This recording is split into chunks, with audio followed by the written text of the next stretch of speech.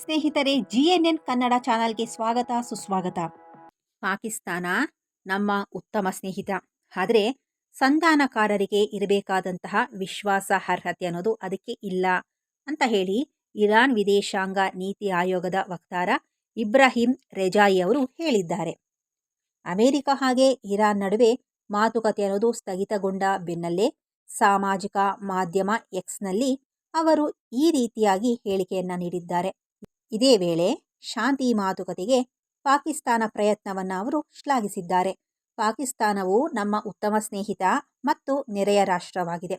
ಆದರೆ ಮಾತುಕತೆಗೆ ಮಧ್ಯಸ್ಥಿಕೆ ವಹಿಸೋದಕ್ಕೆ ಅದು ಸೂಕ್ತ ದೇಶ ಅಲ್ಲ.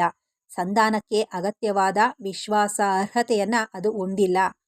ಟ್ರಂಪ್ ಹಿತಾಸಕ್ತಿಯನ್ನ ಪರಿಗಣಿಸುವ ಅವರು ಅಮೆರಿಕದ ವಿರುದ್ಧ ಒಂದು ಮಾತನ್ನ ಕೂಡ ಆಡೋದಿಲ್ಲ ಅಂತ ಹೇಳಿದ್ದಾರೆ.